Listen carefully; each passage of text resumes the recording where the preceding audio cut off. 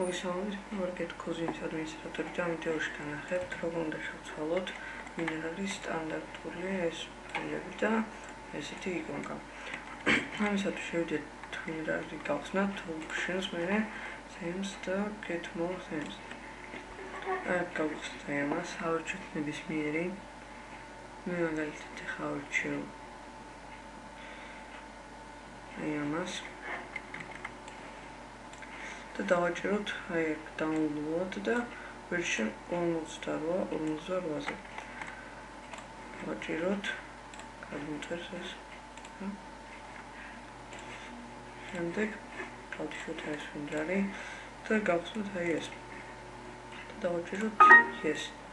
შემდეგ გავხსნათ ისო ჩვენი მინერალი.